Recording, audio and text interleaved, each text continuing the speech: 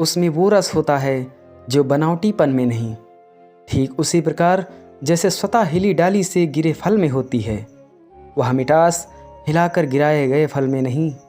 जो सत्य है वह स्वयं को सिद्ध करता नहीं फिरता, यह काम तो झूठ और फरेब का है। भक्ति की क्या आवश्यकता जब ज्ञान से उसको जाना जा सकता है, जो निर्विकार है, अजन्मा है, गुणातीत है, सर्वशक्तिमान है, जो कल्याण करने वाला है। भक्ति भी तो आखिर एक दिन ज्ञान ही देती है।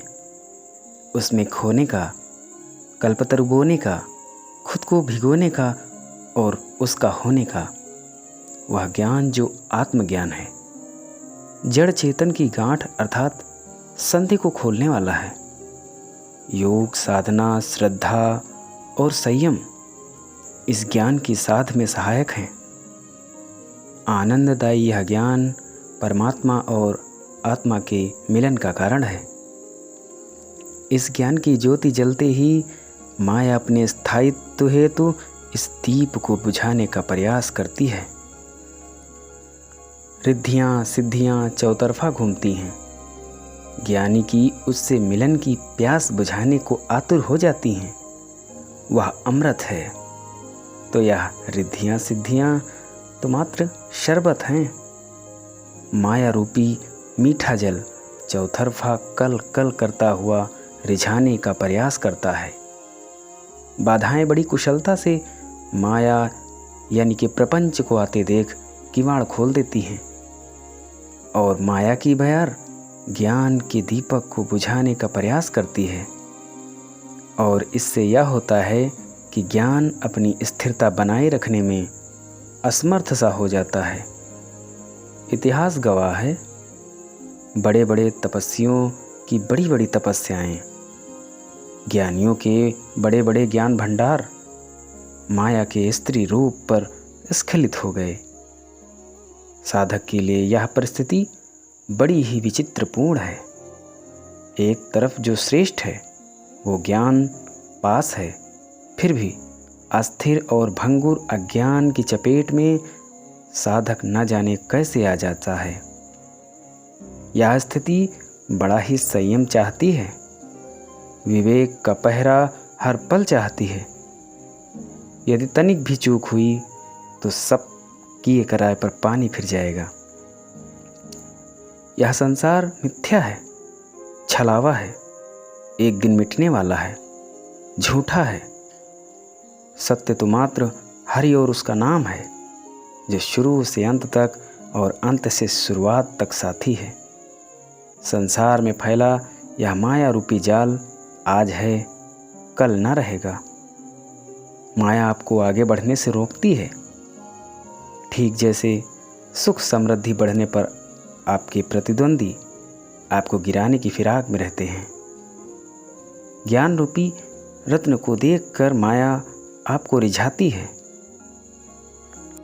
कैवल्य के मार्ग में सिद्धियां प्रकट होती हैं, जो कैवल्य प्राप्ति में उतनी ही बड़ी बाधक हैं जितने कि काम, क्रोध, लोभ, मोह इत्यादि हैं, जो ज्ञान की सात्विकता को भंग करने का प्रयास करती हैं। श्री रामचरितमानस में तुलसीदास साफ कहते हैं, छोरत ग्रंथि जानि खगराया, विघ्न अनेक करई तब माया। रिद्धि सिद्धि प्रेरई बहु भाई, बुद्धि लोभ दिखावै आई।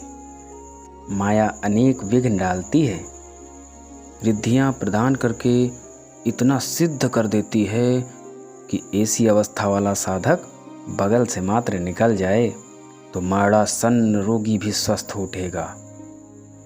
इतनी सिद्धि मिल जाती है, इस पर रोगी स्वस्थ तो हो जाएगा, किंतु यदि साधक अपनी देन इसे मानने लगे तो वह बिखर जाएगा, उसकी साध नष्ट हो जाएगी, फिर कैवल्य प्राप्ति मात्र एक सपना बनकर रह जाएगी। उसे हजारों रोगी घेर लेंगे जो साधक के चिंतन भजन में बाधक बनेंगे। इसलिए साधना पूरी होने तक साधक को इससे बड़ा सतर्क रहना चाहिए। माया से मोह भंग करने का एक रास्ता है। सर्वविदित है कि एक स्त्री कितनी भी सुंदर क्यों न हो, दूसरी स्त्री को मोहित नहीं कर पाती। उसी प्रकार ज्ञान की ढाल है भक्ति। भक्ति माया के लुभावने प्रस्तावों में नहीं फंसती। भक्ति की रति सिर्फ और सिर्फ उसी से रहती है। उस शब्द के रूपों का मतलब ब्रह्म से है। भक्ति को देख माया चिढ़ती है और भक्ति माया को करीब भी नहीं आने देती, और एक साधक की ज्ञान ज्योति निरंतर जलती रहती है। मतलब भक्ति के रहते साधक की बढ़ती अवस्था में कोई विघ्न नहीं टिक पाता। इसलिए ज्ञान और भक्ति का योग जरूरी है। इसमें संयम साधक को निराश नहीं करता। साधना पूरी होने पर अर्थात जड़ चेतन की पड़ी गांठ, जो प्रत्यक्षता गांठ नहीं है, लगाव है, जब वह छूट जाता है तब व्यक्ति महामानव हो जाता है। वह बुद्ध हो जाता है। संसार में रहते हुए भी उससे अलग अछूता ब्रह्म में लीन रहता है। वह सांसारिक वृत्तियों में नहीं फंसता। अहंकार घटकर शून्य हो जाता है। समर्पण, करुणा, दया इत्यादि भाव अपनी श्रेष्ठतम अवस्था में होते हैं। वह संसार में उसी प्रकार रहता है जैसे शरीर में रहने वाली जीभ, जो तमाम स्वाद लेती है, घी पीती है, तेल पीती है, पर चिकनी कभी नहीं होती। कार्य करती है तो मात्र जीने के लिए। उसी प्रकार बुद्ध व्यक्ति प्रारब्धवश कार्य करता है, निस्वार्थ भाव से। उसे स्वयं को निस्वार्थ करना नहीं पड़ता, स्वतः घटता है। उसमें वो रस होता है जो बनावटीपन में नहीं। ठीक उसी प्रकार जैसे स्वतः हिली डाली से गिरे फल में होती है, वह मिठास हिलाकर गिराए गए फल में नहीं। कुछ कराना तो अपने आप में बंधन हुआ ना, और बंधी चीज में संकुचन है। विस्तार तो स्वतंत्रता में है। झूठ बंधा होता है, पाप बंधा होता है। इनमें भय है तो विस्तार कहाँ संभव। सत्य में विस्तार है, पुण्य में विस्तार है। यह बंधे नहीं हैं, इन्हें डर नहीं है, इनमें कोई दबाव नहीं है। और जहाँ दबाव है वहाँ यह नहीं। यदि बंदूक खोपड़ी पर रखकर सत्य बुलवाया जाए, जबरन पुण्य करवाया जाए, तो उनमें फैलाव नहीं, उनमें वह भाव नहीं, स्पष्टता। यह सत्य नहीं, यह पुण्य नहीं। जो सत्य है वह स्वयं को सिद्ध करता नहीं फिरता। यह कार्य तो झूठ और फरेब का है। झूठा व्यक्ति अपनी बात चारों ओर से समेट कर रखता है, उससे आगे कुछ नहीं बोलता।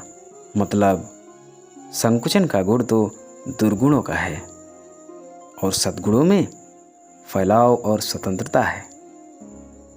आज यहीं तक।